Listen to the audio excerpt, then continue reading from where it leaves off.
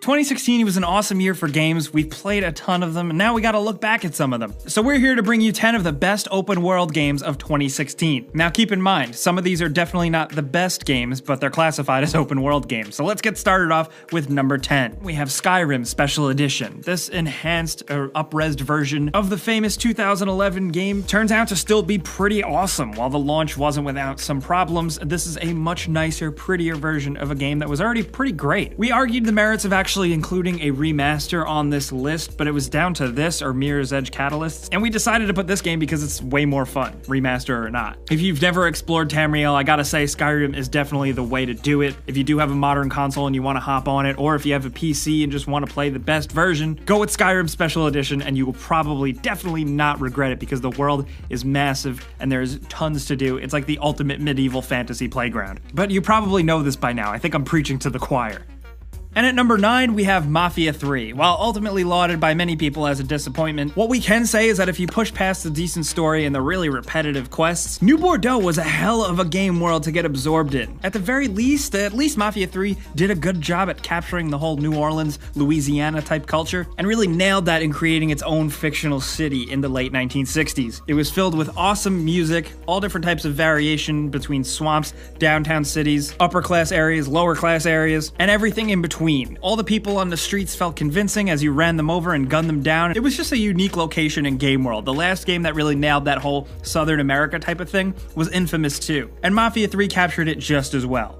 And at number 8, we have Far Cry Primal. Yeah, remember this game? It released way back in the beginning of 2016, and it was pretty decent. At least it had a nice, pretty open world chock full of things to do. And while a lot of people had a problem with the fact that they took some of the map design from Far Cry 4 and copied it over, the fact that you're in this weird, strange, primal, prehistoric world made it really, really unique. And it was a fun world to play in, and it was lush and gorgeous and huge and looked amazing, especially if you were playing on PC. And at number 7 on our list, we have Tom Clancy's The Division. Yeah, alright, look, the game was completely a disappointment to most people, and it really lost steam after coming in on a big hype train, but at the very least, the recreated game world that was New York City after a sort of plague hit was pretty damn incredible. It wasn't huge because it was designed that you had to get everywhere by sprinting and running, but as a native New Yorker myself, I gotta say, they did an incredible job capturing the look and feel of New York City. Even though it was not a complete one-to-one recreation, it got the feel so incredibly strikingly right. Honestly, more than any other games captured New York City. And let's face it was fun to play in that game world until we realized there wasn't much more.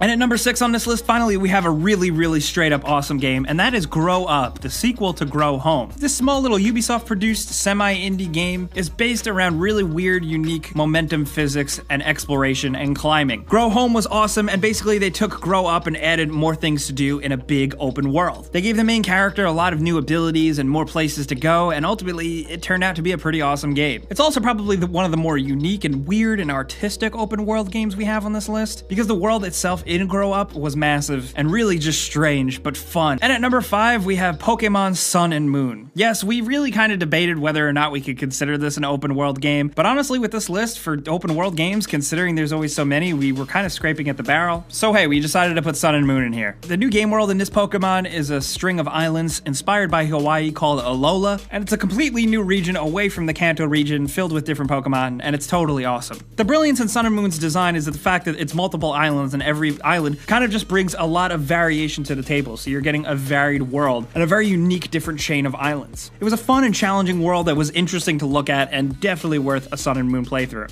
And at number 4 on the list, we have The Witcher 3 Blood and Wine expansion. You shouldn't get angry for us for including an expansion on this list because, frankly, Blood and Wine can almost be considered a completely separate standalone Witcher game with its own new open world, which is why we're talking about it. The newer open world that CD Projekt Red gives us is Toussaint, and it's an incredible, weird mix of Mediterranean and medieval design in a bright, colorful, awesome world that definitely set it apart from the original Witcher 3. This is a more bright, colorful, and happy world that still manages to be filled with tons of secrets and places to explore and creepy, gross monsters to kill. Blood and Wine was freaking awesome. It was probably one of the better games this year, considering it's not really technically a game. And if you are a Witcher fan, you should definitely check it out because the world of Toussaint is worth exploring. It's gorgeous. And at number 3, we have Dying Light: The Following. Yeah, do you remember this one? This is another game that released in early 2016, but turned out to be awesome. Of course, it is an expansion on the original Dying Light, but it was basically an entire new game with an entire new region, and frankly, I thought The Following was better than the original original Dying Light. This first-person open-world zombie parkour, first-person shootery type game was really awesome, and the new region gave you wide open spaces in a more rural area. Instead of just throwing you in a crammed-in, packed city filled with zombies, this time around you were free to roam the open plains, and there was a huge emphasis on driving around in your cool modded-out dune buggy that you could customize. And that made the game so much fun and made the game world feel really, really big. But thankfully, there was lots of little hidden secrets and side quests to find. If you were a bit bummed on something like Dead Rising 4 and was looking for a good open-world zombie game, you should have played Dying Light the following.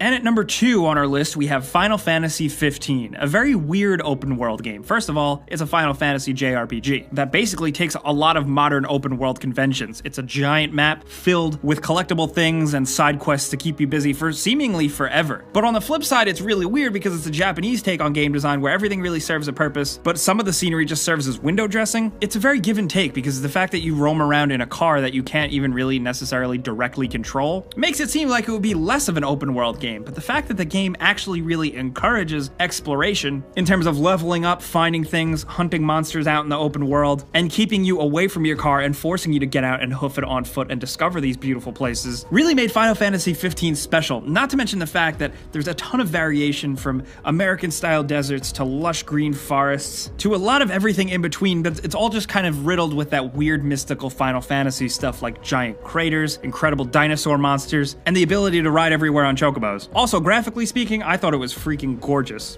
And finally, at number 1, Watch Dogs 2. Yeah, some of you guys would probably disagree with our choice, but hey, we've been having fun with this game. We like it a lot. It was definitely a surprise because after the first Watch Dogs, we didn't have too high of expectations for it, but it's just a fun game world, and the game does a good job of giving you tons of tools to explore it and do weird things in it that you wouldn't otherwise do in another open world game. Not only that, it did a really cool job at recreating San Francisco. Like The Division, it's not one-to-one, it's more designed around convenience and play, but it just captures the soul and the feel pretty damn well of the Bay Area. We put out a video about Watch Dogs 2 comparing it to Grand Theft Auto 5 and how they both kind of represent California in different ways. And honestly, the way Watch Dogs 2 represents American hacker culture in a kind of weird, cringy way, but also just the whole California lifestyle, it just does a good job. It's interesting. You know, it may not be completely accurate and realistic, but it's definitely a joy of a place to play and experience for yourself. Not to mention the fact that you can hack like everything this time around. If you thought you could hack a lot of stuff in Watch Dogs 2 has a lot more shit you can mess with. And all of us here were genuinely surprised how many hours we spent with this game. And we've got some bonus games, including Mirror's Edge Catalyst, which isn't a great game, but it's very pretty, and the free running stuff really worked out in the open world. We also have 7 Days to Die, a survival-ish game that isn't the most open world game, but it was just so much fun, we did want to include it on this list, considering we haven't given it any other recognition. And Dead Rising 4, definitely not the best Dead Rising game by any means, but a fun open world playground if you want to kill some zombies. We know you probably have your own personal list of your favorite open world games of the year, so we do want to hear from you guys down in the comments, because generally when we were making this list, we thought there would be more open world games this year worth mentioning, but it seemed like there was just less of a focus on open world games this year. But whatever, let's talk about any of these games down in the comments below. We'll be there. And you guys know you've been supporting us for so long by clicking the like button. We can't thank you enough. It really helps us. But if you are new, subscribing is a great idea because we put out videos like this every single day.